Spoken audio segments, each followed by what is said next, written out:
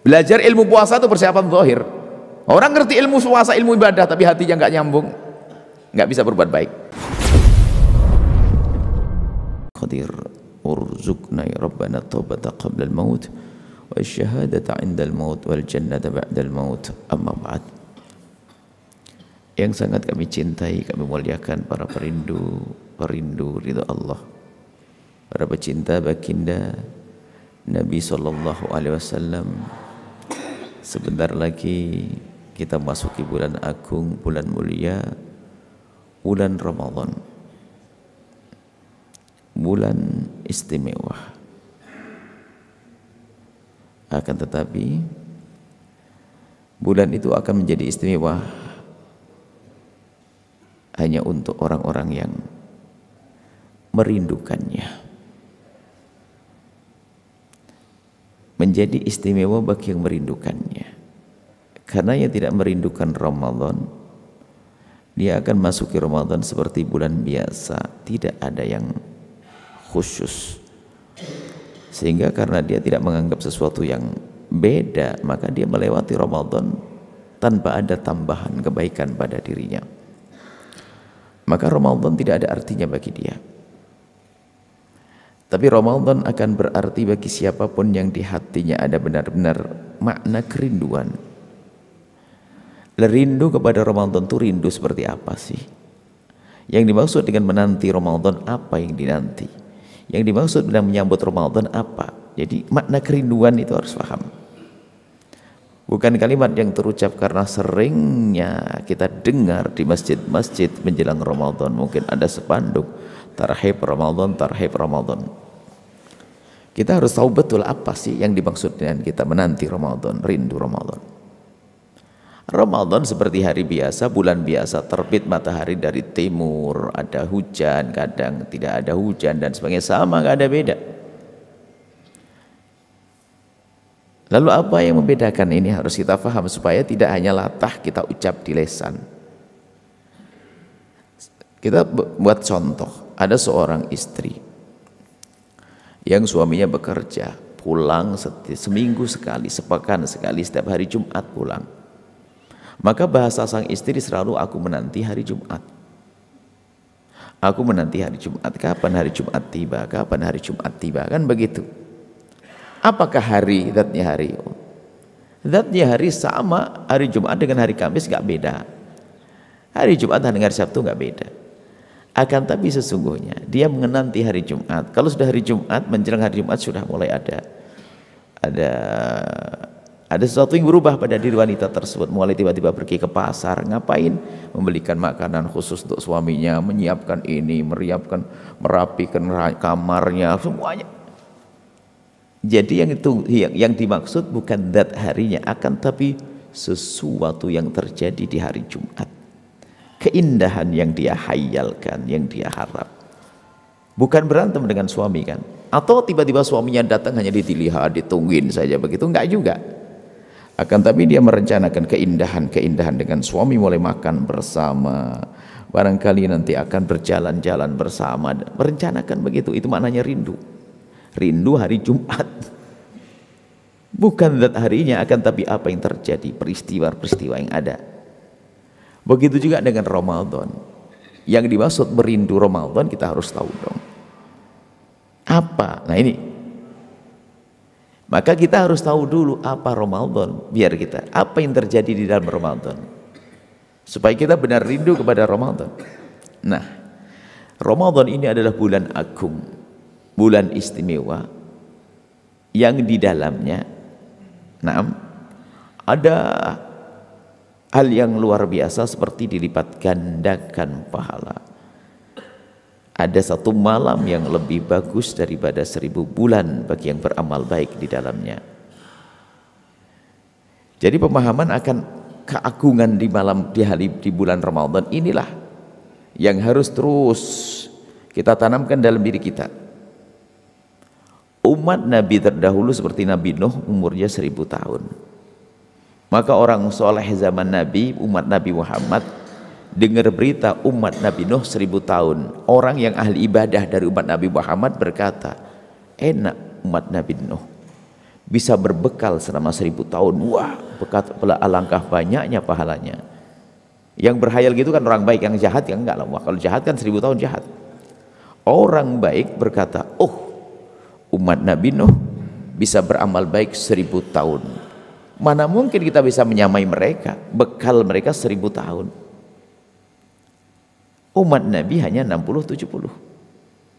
Akan tetapi karena Nabi kita Nabi terbaik, termulia, umatnya pun dimuliakan, sehingga biarpun umurnya pendek 63 tahun, Allah beri bulan Ramadan. Ibadah puasa ada pada umat terdahulu, tapi spesial Ramadan hanya untuk umat Nabi Muhammad. Lalu diberi oleh Allah di dalamnya satu malam yang lebih bagus daripada 1000 bulan. 1000 bulan kalau dihitung 80 tahun. 1000 bulan. Jadi 1000 bulan 80 tahun. Artinya untuk menyamai umat Nabi Nuh cuma perlu waktu 10 tahun, ibaratnya begitu. Bahkan 1 bulan saja sudah memenuhi umatnya Nabi Nuh. Karena apa? Setiap hari dilipat gandakan. Umat Nabi Muhammad umurnya pendek, akan tapi Allah beri kemudahan untuk beramal yang banyak. Sehingga dengan amal sedikit pahalanya berlipat-lipat. Itu kasih sayang Allah untuk Nabi Muhammad. Tapi bagi siapa? Bagi yang berbuat dong. Yang tidak melakukan amal kebaikan nggak akan ada kebaikan yang ia dapat. Ya begitu-begitu saja. Nah, ini yang harus kita pahami, bahwa ternyata yang dimaksud menyambut bulan Ramadan adalah menyambut bulan untuk aku berbuat baik. Seperti seorang istri, aku akan menyambut suamiku karena aku ingin indah di waktu itu, ingin makan bersama dan seterusnya. Bukan hanya sekedar datang, oh Ramadan, ternyata apa? Menyambut Ramadan untuk jualan, menyambut Ramadan untuk ini bukan. Aku menanti Ramadan karena aku ingin berbuat baik di bulan Ramadan, karena di bulan itu akan dilipat gandakan pahala oleh Allah. Nah, faham makna ini pun belum tentu orang bisa berbuat baik. Dalam riwayat kan banyak diampuni dosa, man qoma Ramadan, man shoma Ramadan imanan wa ihtisaban ghufira lahu ma taqaddama min dhanbi, man qoma Ramadan imanan wa ihtisaban ghufira lahu ma taqaddama min dhanbi, man qama lailatul qadri ghufira lahu ma taqaddama min dhanbi, imanan wa ihtisaban ghufira lahu ma taqaddama min dhanbi. Barang siapa berpuasa di bulan Ramadan akan diampuni dengan penuh keimanan kepada Allah, akan diampuni dosanya oleh Allah. Banyak riwayat tentang keutamaan Ramadan. Tapi ternyata biarpun orang mengerti Ramadan penuh dengan keutamaan, tidak semua orang bisa melakukan kebaikan. Kebaikan hanya pertolongan dari Allah. Kebaikan itu pertolongan dari Allah. Sehingga lihat di dalam sholat kita tidak kurang dari 17 kali kita diajari untuk menyadari bahasanya kebaikan hanya dari Allah. Maka kita dalam Fatihah kan kita berikrar, iyyaka na'budu, kepadamu lah ya Allah kami mengabdi menyembah. Tapi ingat, tidak ada satu hamba yang bisa sujud sekali saja, melakukan sholat berderma 1000 rupiah atau yang lainnya, tidak akan mampu kecuali dengan pertolongan dari Allah. Maka setelah iyyaka na'budu, kita menyadari bahwasanya kita hanya kepada Allah mengabdi beribadah, kita memohon wa iyyaka nasta'in, kepadamu lah ya Allah aku mohon pertolongan. Dan mungkin kita sendiri menyadari, kita ngerti kebaikan-kebaikan, fadilah-fadilah dari hadis Nabi dan sebagainya, tapi kenapa kok kita tidak bisa melakukannya? Kenapa kok tidak seperti teman saya itu, mulai jam 3 sudah tahajudan, terus sholat jamaah begitu semangatnya. Saya juga ngerti pahala jamaah itu banyak, tapi kenapa saya tidak bisa ke masjid? Saya punya duit lebih banyak dari sahabat saya, tapi kenapa sahabat saya bisa bantu masjid segala macam dan seterusnya, tapi saya enggak? Kenapa? Padahal saya juga tahu utamanya banyak, bangun masjid seperti bangun rumah di surga. Loh. Maka sekarang kita harus memahami permasalahan kita itu apa. Kita sudah tahu Ramadan luar biasa, pahalanya banyak, akan tapi problemnya dua. Pertama, jika ternyata kita tidak rindu berbuat baik, biarpun Ramadan datang kita tidak akan banyak berbuat baik. Ini problem pertama. Problem kedua adalah sudah banyak berbuat baik tapi tidak diterima oleh Allah. Wah, ini problem lagi ini. Maka kita akan selesaikan dalam waktu singkat dua problem ini. Problem pertama adalah apa yang menjadikan kita tidak rindu beribadah.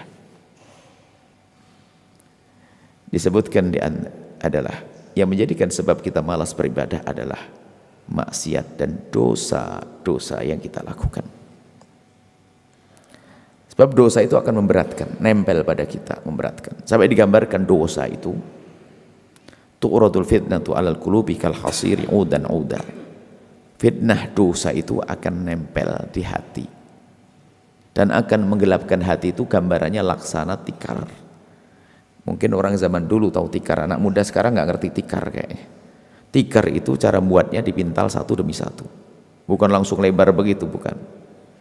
Nah, hati itu kotor tuh dari maksiat yang dilakukan, lalu ada semacam noda hitam dititikkan, tik noda hitam.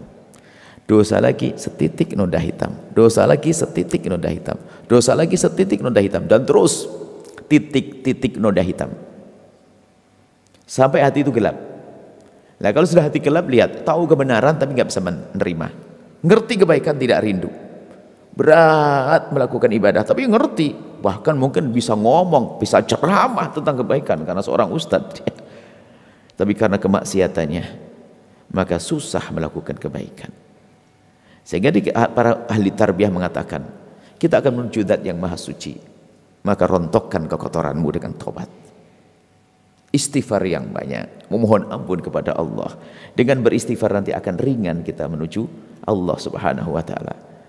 Maka amalan terbaik sebelum masuk di bulan Ramadan adalah memperbanyak permohonan ampun kepada Allah, berdamai dengan Allah. Nah, ini perlu waktu, perlu kesadaran. Sudah jangan bingung yang lainnya, pokoknya yuk kita setiap malam harus ada, kita sisihkan waktu. Di tengah malam kita ngadu kepada Allah, kita kembali kepada masa lalu kita, lalu kita baca sejarah perjalanan hidup kita, kesalahan, kemudian kita hadapkan kepada siksa Allah. Kalau belum diampuni kita akan dihukum oleh Allah, Allah murka dan seterusnya, sampai ada penyesalan di hati yang barangkali dibarengi dengan tetesan air mata. Tobat itu nyesel, bukan istighfar saja, bukan. At-taubatu an-nadamatu, kata Nabi. Kalau nggak ada penyesalan, taubat adalah penyesalan. Nggak ada penyesalan bukan taubat. Harus ada penyesalan, dan orang harus ngerti. Nyesel aja ada yang tidak ngerti. Gimana sih nyesel? Oh, nggak kebayang nyesel, dia masih senyum-senyum saja kok nyesel bagaimana? Oh, maksiat masih senyum.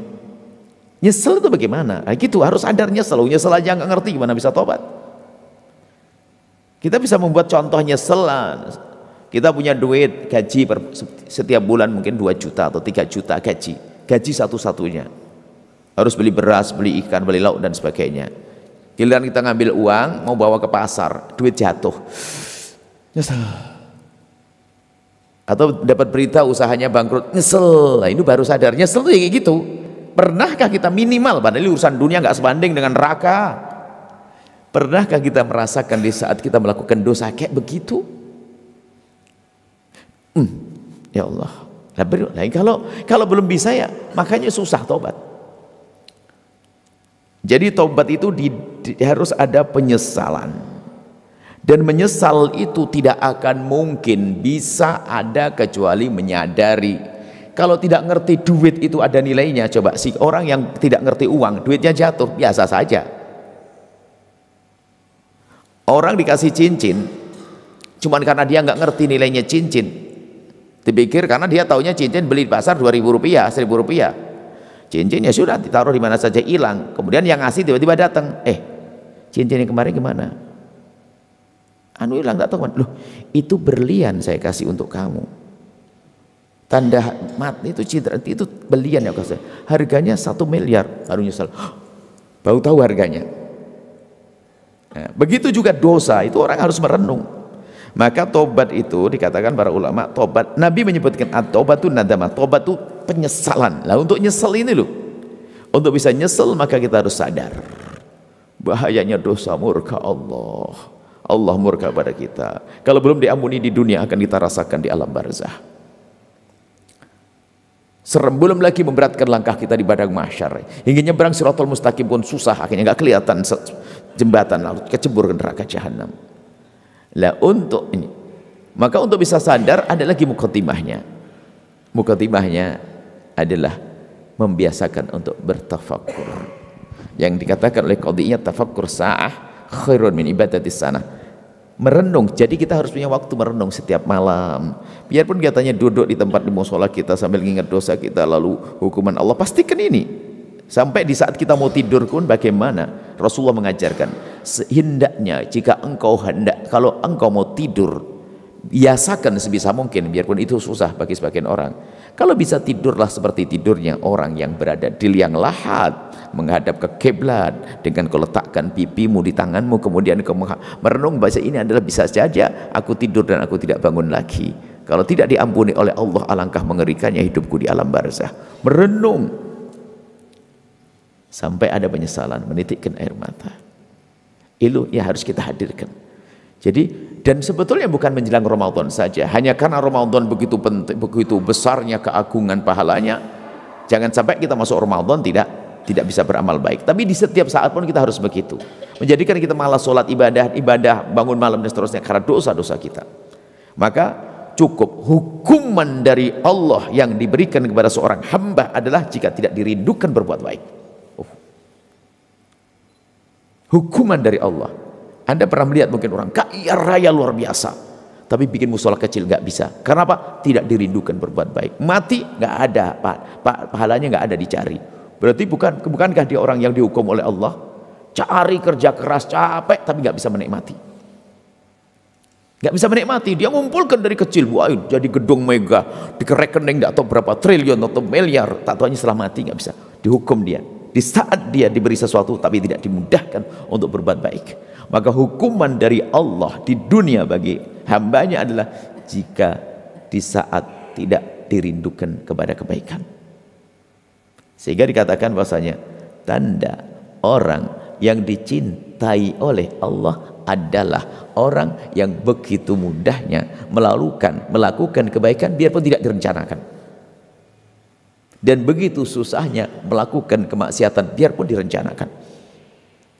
Tanda orang yang tidak dicintai oleh Allah begitu susahnya melakukan kebaikan biarpun sudah direncanakan, dan begitu mudahnya melakukan kemaksiatan biarpun tidak direncanakan. Jadi maksiat. Maka ketahuilah kalau kita golongan orang ini, ayo segera sadar, istighfar yang banyak, mohon ampun kepada Allah, dan Anda bisa sampai makom jaya, makom istimewa dengan istighfar. Maka Anda jangan terpuruk, maksudnya jangan putus asa dengan dosa juga. Sebesar apapun dosa kita, Allah Maha Pengampun. Maka segeralah menghadap kepada Allah. Nggak usah nunda esok hari. Akan tapi mulai saat ini pun sudah kita perbanyak istighfar dalam perjalanan kita. Mohon ampun kepada Allah. Jangan tunggu esok, jangan-jangan esok bukan untuk kita. Semoga panjang umur semuanya. Tapi ingat, memohon ampun yang serius. Memohon ampun kepada Allah. Jadi orang-orang istimewa itu bukan orang yang tidak pernah berdosa. Ada orang berdosa lalu tobat, maka Allah angkat sampai satu makom luar biasa, makom mahbubiyah, dicintai oleh Allah. Bagaimana kalau sudah dicintai oleh Allah, makom mahbubiyah? Innallaha yuhibbut tawwabin. Allah senang dengan orang bertobat.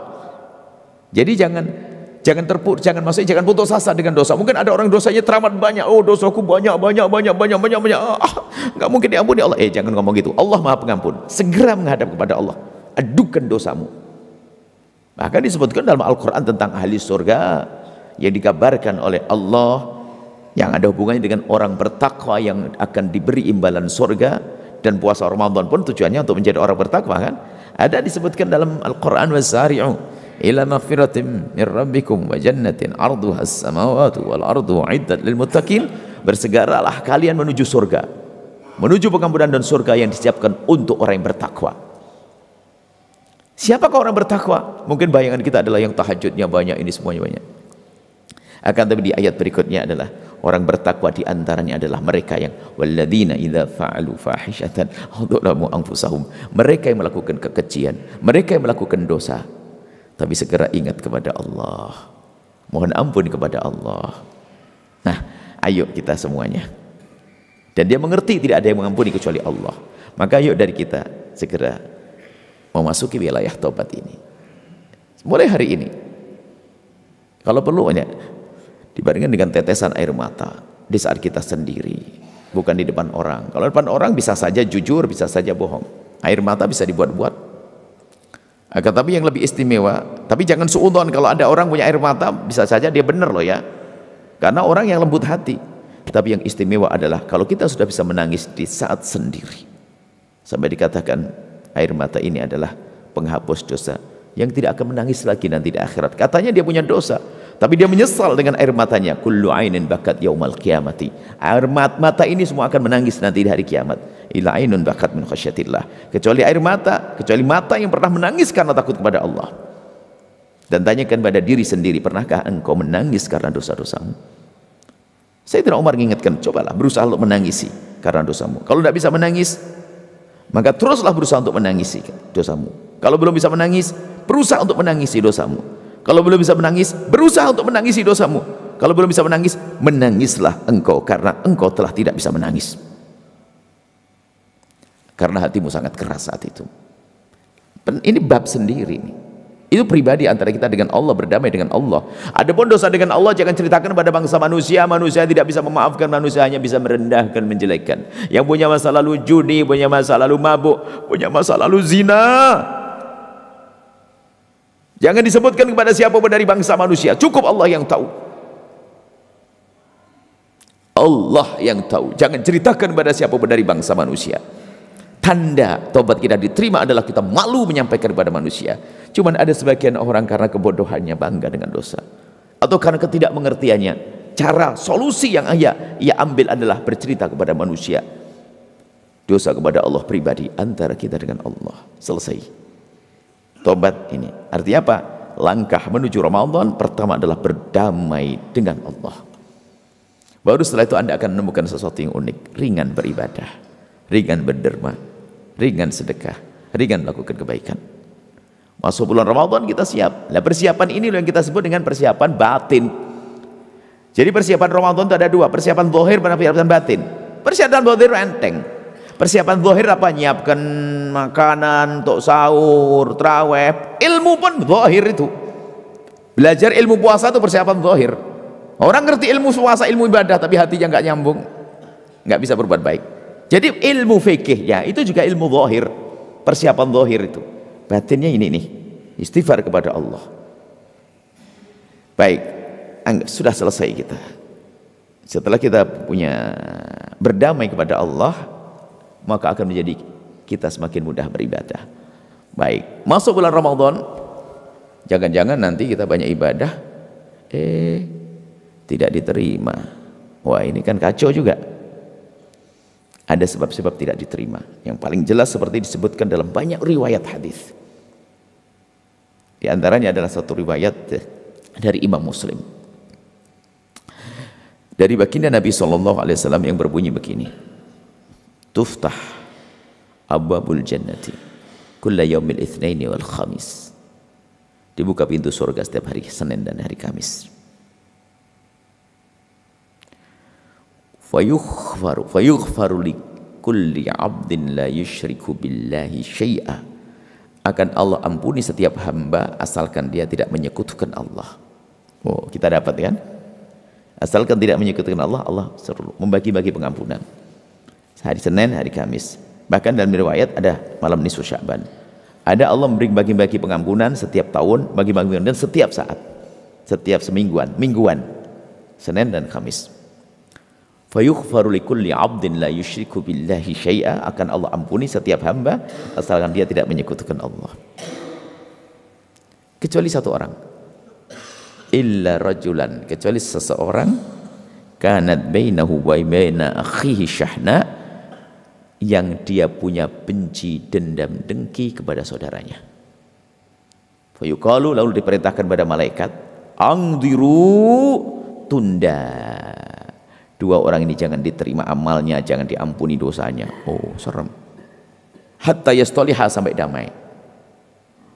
Maka yang kedua, agar amal kita mudah diterima, jangan sampai kita ditolak permohonan ampun kita, jangan sampai amal kita gantung. Jangan-jangan Ramadan yang lalu belum diterima amal kita. Maka berdamai dengan saudara. Jangan-jangan Ramadan yang lalu belum diterima, kita mengharap memasuki Ramadan. Mau ngapain di Ramadan yang akan datang? Ramadan yang lalu belum diterima karena apa? Rebutan waris belum beres, bermusuhan dengan saudara. Kita perlu damai. Damai dengan saudara kadang dipenuhi dengan kebencian. Makanya setan itu apa sih? Setan itu paling seneng yuqi bainakumul adawata wal baghdha. Setan itu paling seneng bagaimana membisikkan orang agar bermusuhan. Kalau sudah bermusuhan, beres bagi setan lain. Ini muslim sama muslim berantem. Nah, setan seneng nih. Teman gue nih, gitu. Mau beramal baik, gantung. Makanya setan seneng. Makanya sekarang ini harus kami menganggap ilmu ini, ilmu yang terakhir ini, yang paling penting untuk kita tanamkan saat ini, kita fahami hari ini, di tahun ini, di zaman ini, agar kita tidak mudah diadu domba, permusuhan. Kita ini sering bertikai, kita ini berantem, naudzubillah, dan hidup tidak enak. Bahkan dia dikatakan para kekasih Allah, waliullah yang berjalan di atas bumi adalah mereka yang punya qalbun salim, hati selamat, salamatus sudur, indah. Dan seperti perkumpulan ini, biasanya kami sampaikan di awal, kami lupa. Perkumpulan ini ada rambu-rambunya loh ya. Kalau kita lagi belajar begini ada rambu-rambunya. Kalau rambu-rambu ini kita langgar, percuma belajar. Rambu-rambunya adalah kalau kita belajar semacam ini, pastikan bahwa di antara kita tidak ada benci dan dengki. Tidak ada suudzon di antara kita.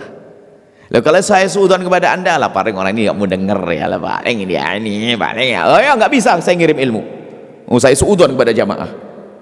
Atau sebaliknya, maka di antara kita harus ada cinta. Kalau kita saling mencintai, mudah pindah kebaikan. Sampai dikatakan seorang guru akan tambah ilmunya di saat memandang murid dengan cinta. Allah kasih nur. Sehingga gini bunyinya, bagaimana kok gara-gara murid seorang guru tambah ilmu? Seorang alim, Syekh Ramadan Buti bercerita, jika aku tiba-tiba kebuka ilmu, maksudnya aku bisa bicara enak, mudah difahami oleh seseorang, itu yang aku yakini adalah karena di antara yang hadir ini ada hamba terkasih Allah. Cuman hamba itu pemahamannya lemah, tidak mudah faham. Karena pemahaman lemah, maka Allah giring lesanku agar berkata, bertutur kata, agar berucap yang mudah, teratur dan pelan, agar dia bisa faham. Orang hebat tidak pernah menisbatkan kelebihan pada dirinya. Saya pun katakan, kalau seandainya omongan saya gampang difahami, itu karena di sini ada orang-orang tulus, karena baiknya hati anda. Dan itu harus dibangun husnudzon ini. Coba orang hidupnya suudzon, prasangka buruk kepada orang, caci maki, bermusuhan, dendam, gak indah hidup. Dan itu muqaddimah ahli neraka itu. Ahli surga, para kekasih Allah itu berkata, kalau seandainya di surga nanti indahnya surga seperti yang aku rasakan saat ini, sudah cukup. Orang bertanya, apa yang anda rasakan wahai para kekasih Allah? Tidak bertemu dengan umat Nabi kecuali aku senang. Oh, hiburannya banyak. Ngelihat tetangganya bangun rumah, seneng. Tetangganya sukses, seneng. Tetangganya seneng, nggak pakai modal. Tapi lihat si dungu, si bodoh, si tolol, si goblok, lihat yang miara dendam, dengki, benci, lihat. Lihat tetangganya bangun rumah. Oh, dia pejabat ya, pasti korupsi. Tetangganya kaya juga. Wah, bingung karena bukan pejabat, bilang, miara tuyul. Dasar si pendengki, nasib buruk, lihat mukanya kusut. Maka harus kita bersihkan. Selamat tinggal dengan dengki. Ada memang bibit dengki dalam diri kita, kita manusia. Ada bibit benci dalam diri kita karena kita manusia. Cuman kehebatan kita adalah kita tidak lanjutkan itu semua dengan reaksi negatif. Kita balas dengan kebalikannya. Karena saya marah dengan dia, saya kasih hadiah dia. Kalau saya kok dengki dengan dia sih? Kenapa kok saya jadi dengki? Saya datangi toko tetanggaku, kita jualan. Tetangganya kok rame banget dagangannya. Mulai dengki kan? Saya mulai dengki. Saya datangi. Pak, sepertinya kalau orang belanja kan susah. Parkirnya motornya biar di halaman saya aja, nggak apa-apa. Nanti insya Allah. Bisa enggak itu mempersilahkan Masya Allah. Berbuat baik. Jadi jangan dituruti seruan setan yang ngajari benci, dengki, jangan dituruti, maka dibalik, dilawan.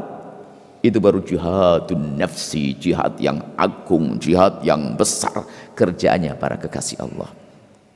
Bayangkan benci, dengki adalah kebodohan, dan kita memang selama ini sudah dibiasakan dengan bermusuhan.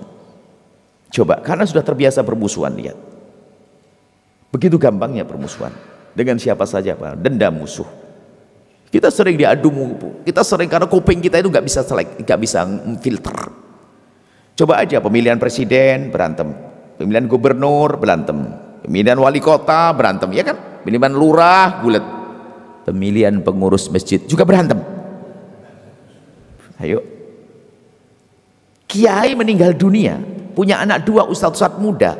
Oh, rebutan kantin mes pondok. Ajib. Makanya kalau kita mau merenung itu aneh. Maka sering merenunglah kita ini. Masa dengan saudara rebutan waris bapaknya sama ibunya sama? Padahal kalau kita langsung to the point, itu umat Nabi Muhammad. Nggak mungkin kita zalim. Itu umat Nabi. Gimana saya bisa mendendam? Umat Nabi Muhammad. Bagaimana saya buat zalim? Itu umat Nabi kalau mau ke sana. Akan kita ilmu ini, maka dikatakan oleh Imam Ghazali, ilmu yang sangat penting, fardu ain, di atas fardu ain membersihkan hati kayak begini. Apalagi sekarang gampang suudzon, ada YouTube, ada ini, kadang-kadang komentar orang langsung kita telan mentah-mentah, kita langsung suudzon pada tangga kita, saudara kita, kepada ustadz, kepada ini, kebodohan. Maka di saat setan menghembuskan virus-virus perusak hati, kita harus punya ilmu kebalnya. Imunisasi kita adalah ilmu ini. Kita harus paham, kita harus betul-betul di pagi ini menjelang Ramadan, agar amal kita diterima, kita harus bisa berdamai dengan saudara kita. Lalu kuncinya bagaimana? Ini loh, agar kita bisa berdamai sudah biasa. Jadikan hidup kita indah, pastikan indah. Jangan menjadi orang bodoh. Lalu bagaimana kita mulai untuk damai? Memulai untuk damai itu bagaimana? Tadi kita sebutkan ayat tentang orang masuk ahli surga. Tadi kan orang bermaksiat yang menjadi tobat. Tapi kita naik sedikit di ayat sebelumnya. Ayat sebelumnya langsung nempel. Itu tandanya orang-orang yang ahli, orang bertakwa yang serius takwanya. Yang tempatnya di surga itu adalah di dalam urusan dengan sesama adalah dia punya senjata namanya wal kadhiminal ghaidha. Coba di Al-Qur'an. Wal kadhiminal ghaidha, orang yang bisa menahan amarah. Ini kuliah pagi hari Senin ya. Kami izinkan bagi yang punya tugas kerjaan yang tidak bisa, karena kerjaan Anda urusan dengan halal haram, Anda boleh meninggalkan tempat. Karena kerja orang harus disiplin, harus amanat, orang muslim harus amanat. Jika Anda punya tugas, kalau pulang nanti kerjanya sampai telat ke kantor, maka Anda lebih baik keluar sekarang supaya rezeki Anda halal. Nanti Allah akan kirim ilmu laduni ke hati Anda, karena Anda orang jujur. Tidak harus bertahan di sini kalau memang punya kerjaan. Bebas, berdiri nggak apa-apa. Tidak akan mengganggu kami. Karena apa? Orang mukmin harus jujur loh ya. Alasannya ngaji. Oh, iblis yang ngajak ngaji itu. Setan yang ngajak ngaji itu. Ngajak ngaji tapi ternyata melanggar kewajiban. Baik. Disebutkan wal kadhiminal ghaidha, menahan amarah. Itu harus menjadi ciri seorang beriman. Menahan amarah gimana? Ada orang zalim kepada kita. Nah, kalau marah bukan karena kezaliman, karena orang berbuat zalim kepada kita. Nah, di saat orang berbuat zalim kita, jangan gampang memberikan reaksi. Maka sekarang kan gampang reaksi. Di saat ada orang berbuat zalim, berbuat salah pada kita ya, urusan kita, bukan urusan agama harus marah kita, urusan pribadi, aku dicaci, aku diolok, barangku diambil, ada jejak. Di saat ada zalim pada kita, maka wal kadhiminal ghaidha, pastikan menahan amarah agar tidak menjadi reaksi negatif. Nahan amarah. Nahan dulu. Tapi orang nahan saja belum beres loh ya, bisa nahan besok meledak. Tapi pendidikan Al-Quran setelah wal kadhiminal ghaidha, setelah engkau bisa menahan, langsung masuklah wilayah wal afina 'anin nas, pastikan engkau mudah memaafkan dia yang bersalah dia yang zalim kepadamu. Dan ini perlu renungan juga, ilmu gimana dia maafkan, kurang ajar banget kok. Nah ini perlu sadari, dia umat Nabi, sadari. Memaafkan, kita akan bahas nanti, ini hanya gambaran di ayat dulu. Untuk ramuannya nanti ada setelah ini. Setelah memaafkan, setelah memaafkan harus mencabut penyakitnya tadi. Mencabut pun belum, kadang-kadang masih sisa-sisa kankernya tadi masih ada, nanti bisa berkembang lagi. Maka setelah kita memaafkan nggak cukup, harus diberesin nyerinya biar hilang. Wallahu yuhibbul muhsinin. Allah senang dengan orang berbuat baik. Coba Anda bayangin saja di pandangan mata Anda, istimewa nggak orang itu? Nggak usah Anda, kalau Anda berat biasanya. Orang itu didolimi, ternyata dia menahan marah. Setelah marah mengatakan aku maafkan kau, dan setelah itu malah ngasih duit. Ayo, asik apa enggak asik? Kalau bayangin mah luar biasa ini. Cuman giliran ngamalkan susah. Memang kerjaan orang hebat ini, kerjaan ahli surga, memaafkan. Allah yuhibbul muhsinin. Baik, muhsinin langsung aja, yuk kita langsung memaafkan, menahan amarah. Insya Allah semuanya kita akan belajar. Kalau belum kejadian kita nggak akan bisa menahan amarah. Kita belajar ilmunya dulu sekarang. Memaafkan harus belajar hingga sampai kita bisa berbuat baik. Nah, berbuat baik ini sekaligus memaafkan. Maka apa sih kebaikan yang bisa kita lakukan? Mungkin kita akan berikan hadiah uang dan sebagainya. Wah, uang banyak beralasan ini, ekonomi repot, habis pandemi, dagangan susah. Wah, banyak alasan ngasih hadiah duit. Sudahlah, nggak usah pakai hadiah duit, berikan kebaikan nggak pakai duit, nggak pakai hadiah, yang paling gampang tapi susah. Waktu sudah masuk isyraq, kita tunda sampai duha, kemudian nanti kita sholat duha 2 rakaat, maka Anda mendapatkan pahala haji dan umrah sempurna. Kita sambung ya, isyraq sudah waktu terbit matahari. Nah, orang apa sih kebaikan yang gampang tapi susah? Ada gampang tapi susah, itu istilah apa ini kan ya? Nggak pakai, kalau pakai duit kan banyak alasan tadi ya. Wah, aku masih banyak utang, aku masih ini, harus ini. Tapi ada kebaikan yang sangat mudah Anda lakukan tapi susah, yaitu apa? Pastikan Anda bisa mendoakan dengan doa kebaikan kepada orang tersebut. Gampang doa, modal lesan, tapi berat hati yang modal doakan. Sudah, sebelum Anda beri duit, beri ini, doain dulu, mendoakan. Dan kalau kita sudah melatih mendoakan, maka muncul caci maki nggak ada. Karena selama ini orang itu kenapa kok jadi caci maki? Karena tidak masuk wilayah mendoakan ini. Kita sering mencaci maki, olok-olokan. Makanya sudahlah, selamat tinggal dengan caci maki, selamat tinggal dengan olok-olokan, selamat tinggal, kita tidak perlu urusan itu.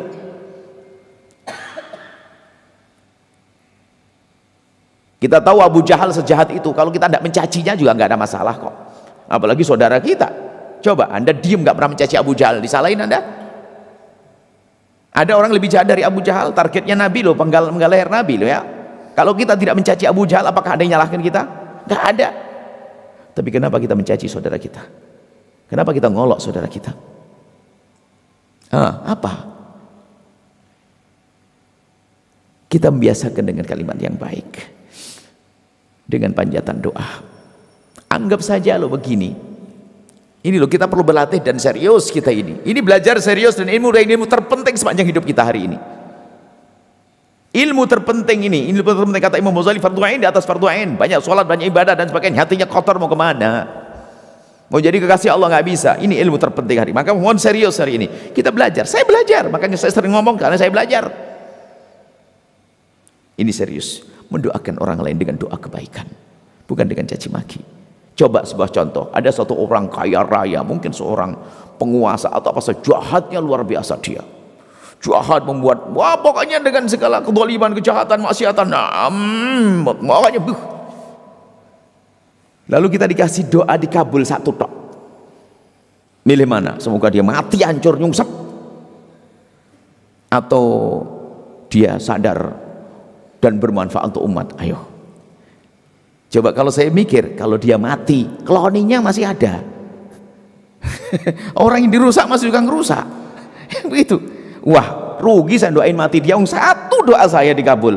Mending ya Allah berikan tobat kepada dia, sadar pada dia, dan jadikan dia pejuang. Oh, bawahannya digenjat semua yang macam-macam. Ayo kamu kurang ajar. Wah, coba gitu. Kayak Umar bin Khattab. Kalau merenung sebetulnya doain baik. Memang ada kadang dalam keadaan tertentu kita boleh mendoakan orang dengan doa yang mengutuk seperti Nabi. Kalau Nabi, mungkin Anda jangan langsung mencontoh. Nabi saja pernah doakan satu kaum yang pernah membunuh para Qura, mendoakan semoga Allah menghancurkan dan sebagainya. Itu Nabi. Nabi itu kalau mendoa karena wahyu, tidak ada campur hawa nafsu. Nah kalau kita doain jelek ada hawa nafsu kita, jangan-jangan karena dendam gitu, kan repot kita. Maka paling enak sudahlah, jangan mulai detik ini, saat ini Anda tidak perlu doakan jelek kepada siapapun orang yang berbuat zalim kepada Anda. Jangan-jangan doa Anda dikabul beneran, kan enak. Mending doain baik, ya Allah semoga sadar, kan beres dia. Yang semula jahat sama Anda jadi baik. Coba kalau Anda doain jelek, ya Allah tuh nyuksep masuk neraka. Kalau sudah masuk neraka berarti jahatnya semakin serem. Kemarin jahatnya cuman gunjing Anda, cuman gara-gara Anda doain, nyopet Anda, ngerampok Anda, wah tambah kacau dia. Doain jelek tambah sengsara nanti, bikin rusak dunia doain jelek dia. Baik, ini gambaran ilustrasinya kayak gitu, gambaran bagaimana kita pengen melatih lisan kita. Kemudian apa? Kalau sudah kita biasa dengan doa kalimat-kalimat baik, kemana baik? Baik. Tapi sebaliknya, kalau sudah orang biasa dengan permusuhan, caci maki, Allah-Allahan, akhirnya habis yang dicaci, istrinya dicaci, mertua diolok, ipar dihujat karena punya kebiasaan jelek. Baik, selesai ya. Nah, mendoakan, pastikan Anda bisa mendoakan orang-orang yang bermasalah dengan kita. Kita ingin berdamai, jangan mengentengkan ini, karena inilah penting banget, ini kebaikan yang sangat mudah mendoakan. Cuma berat ya, memang doain orang, dia kurang ajar banget sama saya loh, udah pinjam duit nggak balik-balik, cari susah, dia telepon direcek, saya recek sampai ke rumahnya katanya nggak ada, padahal sandalnya lengkap. Giliran saya cari ke belakang rumah ada lagi, ngitung duit lagi. Gimana saya bisa maafin dia? Nah, itu ujian. Anda orang hebat atau orang yang nggak hebat gitu. Menuntut hak kita di mahkamah sah, karena hak kita, tapi dendam tidak. Menuntut mahkamah sah, tapi tidak boleh dengan dendam. Dendam ada, semua bibit dendam ada pada kita, cuman dibalik kita lawan sehingga menjadi seperti, biarpun kita ada orang permusuhan, seperti waliyun hamim, seperti orang yang bersahabat saling mencintai. Maka ini akan kami serukan tahun ini, tahun pemilihan umum ini, supaya tidak ribut lagi, rame lagi, sehingga harapan kami adalah kita berbeda politik tapi bisa minum teh bersama, senyum-senyum. Ini mungkin ada calon tim sukses, saya sampaikan, hei tim sukses, cukup sanjung tanpa bohong bosmu, tak usah mencaci orang lain, beres. Sebab mencaci akan mengundang cacian, kan begitu. Hei tim sukses, cukup program bosmu kau sebut, sebar seluas-luasnya, gak usah mencaci yang lainnya. Yang lain menyebutkan programnya, gak usah bilang bohongan itu, semuanya belum terjadi, ente juga bohong juga bisa. Sudahlah, hentikan caci maki. Sepertinya ini ceramah macam ini harus disebarkan seluas-luasnya. Sedih saya itu, Indonesia negeri kita, bukan Indonesia, rakyat yang rusak seperti ini. Apa-apa dikit-dikit berantem itu. Di tempat yang katanya agama pun berantem, tidak tegur sapa, fitnah dan sebagainya. Begitu gampang mendengar informasi langsung diterima, padahal itu nggak terjadi, nggak benar. Ya, masya Allah, gonjang ganjing. Baik, kemudian doa. Dan ternyata memang mendoakan itu biarpun gampang, susah ternyata. Apalagi yang sama, satu iring. Contoh, ustadz itu paling susah doain ustadz yang lainnya. Hasudnya ustadz serem. Ustadz doain ustadz mas susah. Kok dia lebih terkenal dari saya nih? Kok pondoknya lebih gede dari saya nih? Kok jamaknya lebih banyak nih? Hasadaka hasadil ulama. Tidak ada hasud seperti hasudnya ulama. Maka antara ustadz dengan ustadz bisa saja berantem. Berdagang, musuhnya berdagang. Kalau berdagang sama pejabat nggak bisa kong kali kong. Pejabat sama kiai yang jahat sama aja bisa. Kiai kelihatannya sok baik, sama orang kaya bisa akur. Karena apa? Ingin ngambil duitnya orang kaya. Tapi kadang-kadang pejabat dengan pejabat, pedagang dengan pedagang ini saling makanya Pagi ini akan kita beresi. Kita mau masuk Ramadan enak. Kalau sudah saling cinta kan enak. Coba di bulan Ramadan ngajak tarawih, bang tarawih bang yuk. Ya bang, belum bisa sekarang, lagi sibuk nih. Masih ngomongnya enak. Karena kita lagi ada hati, ada cinta. Coba bang tarawih bang, lagi nak so amat terakhir di sana. Nah ini karena hatinya nggak baik. Jadi hati yang baik itu mudah ibadah, enak ibadah. Baik. Ternyata Anda bayang doain susah.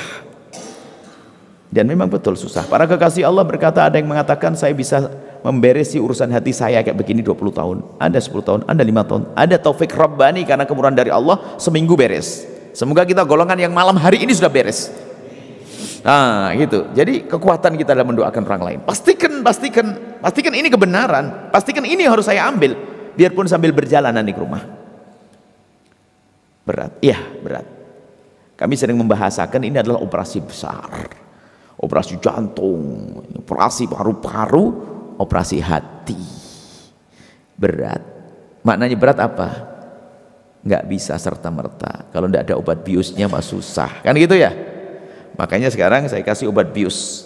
Kalau Anda sudah nelan obat bius saya nanti, Anda dijamin langsung bisa mendoakan dengan gampang. Bismillah, siap ya? Saya kasih. Obat biusnya saya ambil dari baginda Nabi.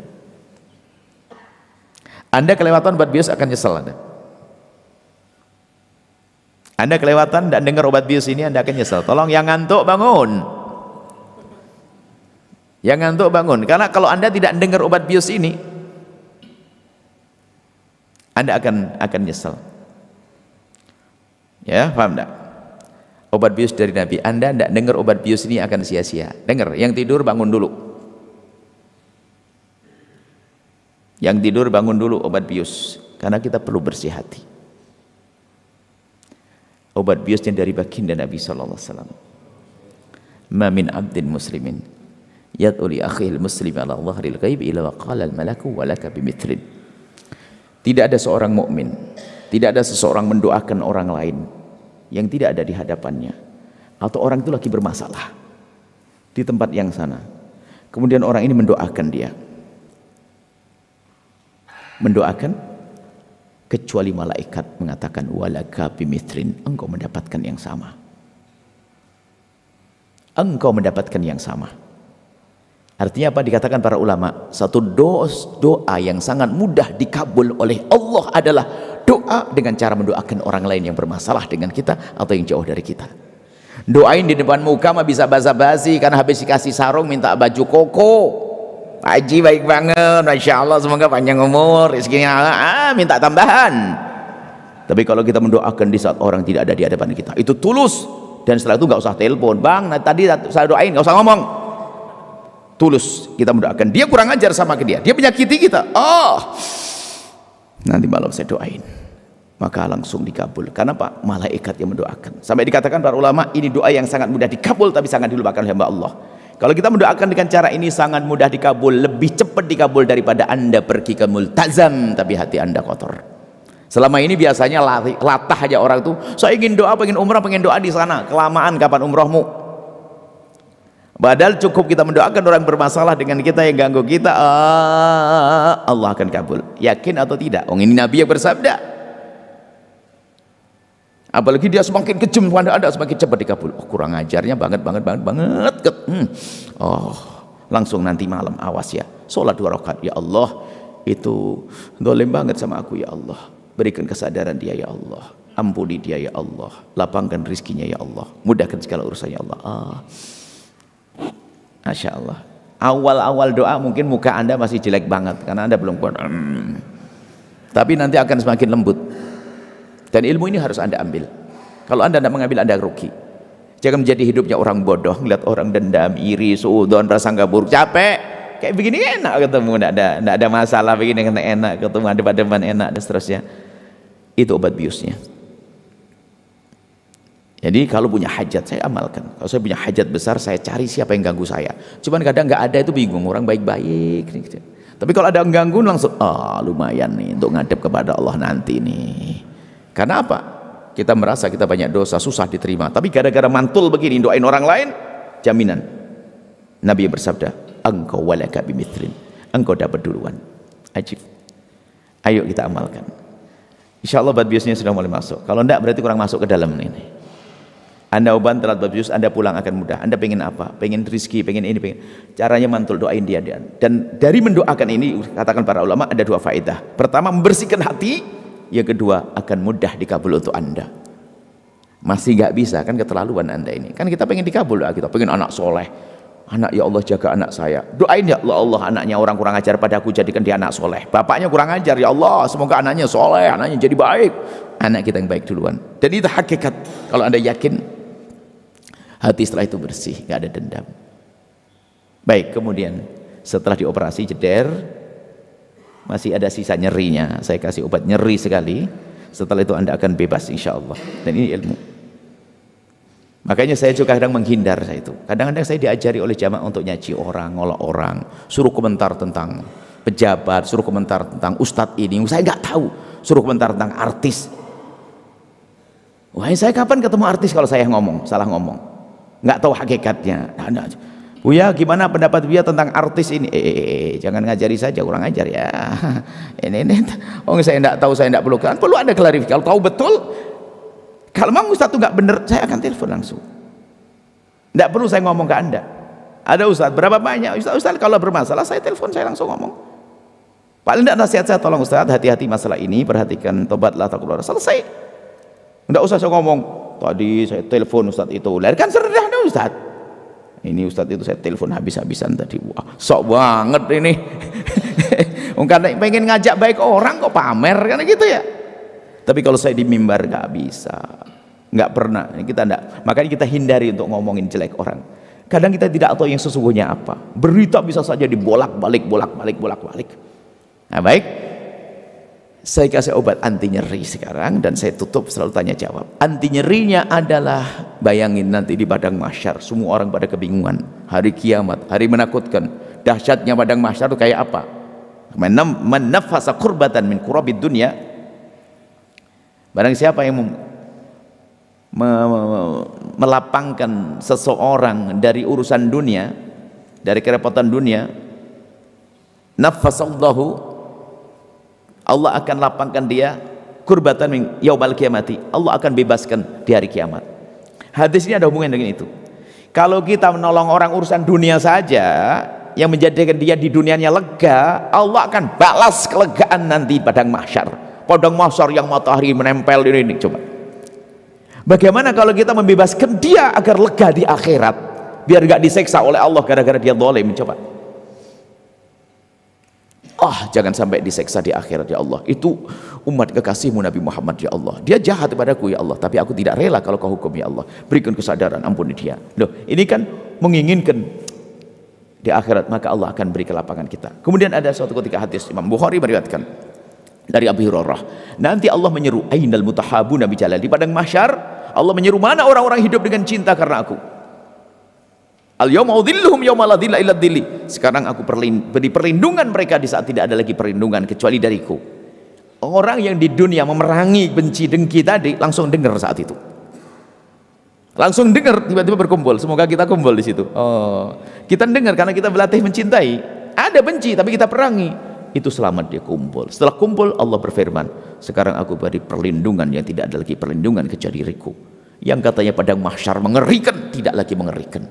Yang katanya disebutkan padang mahsyar, Al-Quran menyebut sampai 50.000, Nabi menyebut 50.000, ribuan tahun di padang mahsyar.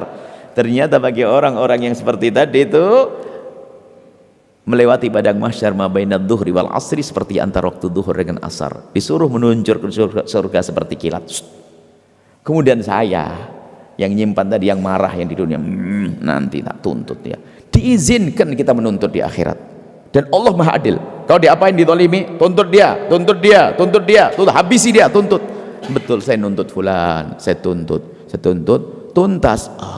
Saya noleh, hilang rombongan ke surga. Wah, daripada begini saya mending tak maafin aja di dunia, biar saya nggak usah repot-repot di akhirat, biar jadi kelapangan buat saya. Maka setelah itu, setelah saya merenung begitu, saya sampaikan, yang zalim pada saya, mencaci saya, yang mengolok saya, fitnah saya maafin deh. Yang sudah atau yang belum deh, saya tidak mau deh nyimpen begitu deh. Anda pernah dengar orang yang saking marahnya begini, demi Allah aku tidak rela saya tuntut di akhirat. Pernah dengar? Batal jadi menantu dia, batal jadi besan. Orang serem begitu dia mau jadi besan. Wah, kacau, dendamnya sampai akhirat. La ilaha illallah. Baik, maka saya tidak mau ketinggalan, dan saya yakin Anda tidak mau ketinggalan. Mau ketinggalan? Nggak mau. Maka sudahlah, lepaskan di dunia. Menuntut ya di dunia ke mahkamah, urusan hak-hak kita, tapi tidak perlu dengan dendam. Makanya tadi harapan Buya adalah pemilihan umum yang akan datang adalah biarpun kita berbeda politik, minum teh bersama, kirim hadiah, nggak saling Allah, nggak saling caci, indah. Harapan kita semacam itu. Dan kita ingin bahwa kita harus seruan damai itu kita serukan terus. Biarpun di sana setan dan bagundal-bagundalnya selalu mengajak permusuhan, menyebarkan berita ini itu dan sebagainya, nggak sedang berdamai. Urusan setan dengan setan, bagundal-bagundalnya dengan setan. Tapi kita ingin damai, insya Allah. Ini saja kita sampaikan. Baru nanti masuk Ramadan. Oh, Ramadan kita semangat belajar, beribadah, dan ibadah kita ternyata mudah diterima oleh Allah karena kita sudah damai dengan manusia dan damai kepada Allah. Dan beribadah pun gampang, lihat. Karena masuk ke masjid enak karena kita cinta semuanya. Coba kalau di masjid ada orang kita benci, ngapain ada dia, jadi imam lagi, jadi waduh, hebatlah, ceramah lagi, puas. Mana bisa enak beribadah, hati kotor. Insya Allah ini ilmu terpenting, pegangi ini ilmu. Bukan berarti saya sudah bersih, saya belajar, maka saya ulang-ulang. Dan mungkin tahun ini tahun ceramah saya ini saja, sampai orang itu matang betul dengan pemahaman ini. Oh, hidup enak, saya kemana-mana enak ketemu, senang-senang saling mencintaikan Allah. Wallahu a'lam bissawab. Mohon maaf, mohon doa selalu. Wabillahi taufiq wal hidayah. Assalamualaikum warahmatullahi wabarakatuh.